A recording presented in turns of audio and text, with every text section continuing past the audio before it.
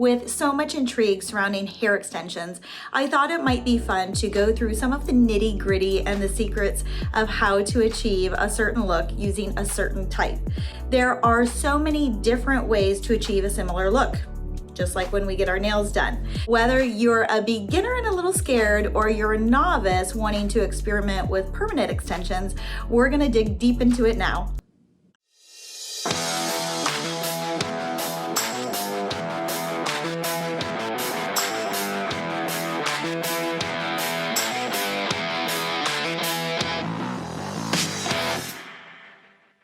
I'm going to start with what I find the easiest to use, which is actually the clip-in extension. They are just as described and clip right in at the scalp. They come in different lengths, different colors, and even different styles. For instance, if you want a side swept bang, or if you're looking for something a little shorter just to add volume. You actually clip these in right at the scalp in between the layers of your hair. I'm going to show you how to apply this clip-in extension. These come in packs, and depending on how many pieces you have in your pack will determine the cost of your pack as well. You want to make sure all of your clips are open, and we're going to create a nice straight part in the hair. Working at the root, we're going to take our clip.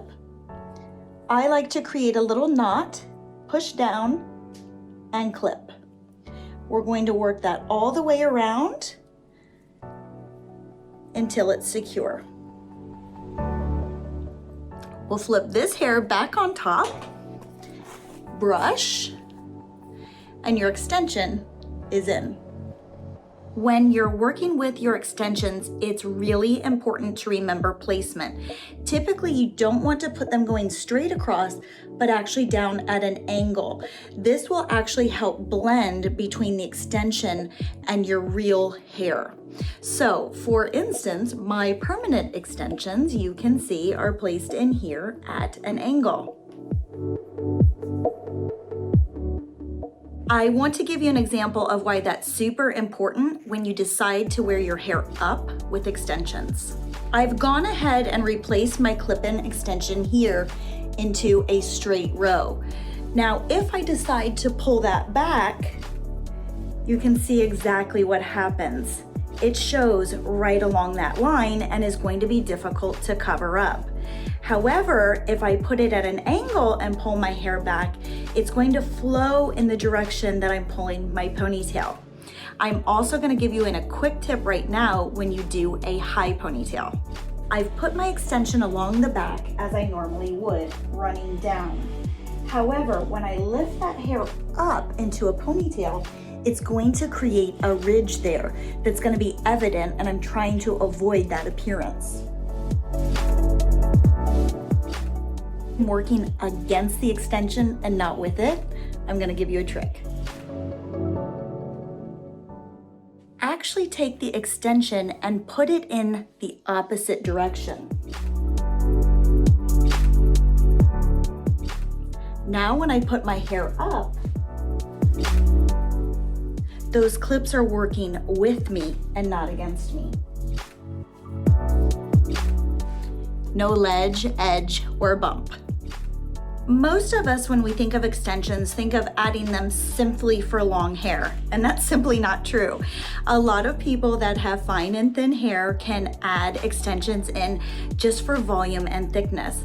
For example, we have a clip-in side bang. This isn't adding any length to my hair, but can create a whole new style and whole new dimension to your look. They're a lot of fun to play with, and you don't have to spend a lot of money to experiment with clip-ins. Next up, a more permanent solution than clip-ins, but not yet permanent, are glue or tape-in extensions.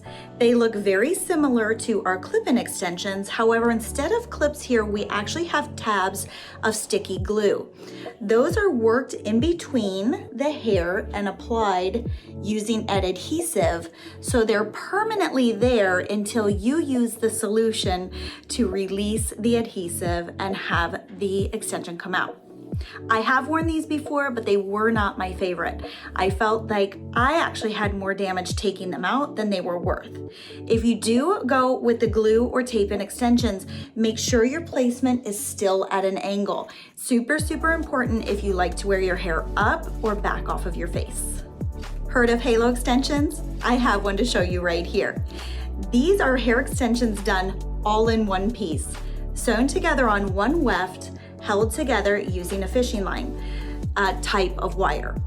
This can actually be adjusted to fit the width of your scalp, so it can be as tight or as loose as you would like.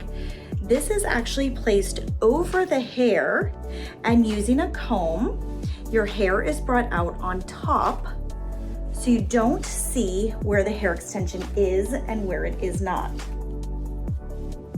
This is another similar way to get extensions, but still have the option to take them out daily, nightly, weekly if you choose. One of the benefits to many of your clip-in or tape-in extensions is if you buy them locally, you can walk into a store and color match. If you are going with a piece similar to a halo, it's best to find a halo specialist in a salon that can color match you, order, and ship right to your house. Last but not least, we have your permanent extensions or sew-ins. That's what I am wearing right now. Depending on how much hair you'd like to add, your hair is added in wefts. Those wefts are then attached to the scalp using rows. I currently have 2 rows with 4 wefts. I have 8 wefts total. I'll show you here. These are called invisible bead extensions, or IBE for short. You can see they are placed at the angle and not right at the scalp. This is about 4 weeks grown out, and they have to be moved up every 6, 8, or 10 weeks. As they start to grow out, you get a little more flexibility. A lot of people might feel that they're very heavy or very tight when they're applied.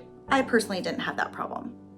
Good quality extensions is real human hair, so you want to treat it well just like you do your own. I am on a personal washing schedule of 2 days a week, and it works perfectly for me. I hope you have found these tips and information helpful, whether you're looking to change up your style for a night, a week, or maybe the next couple months.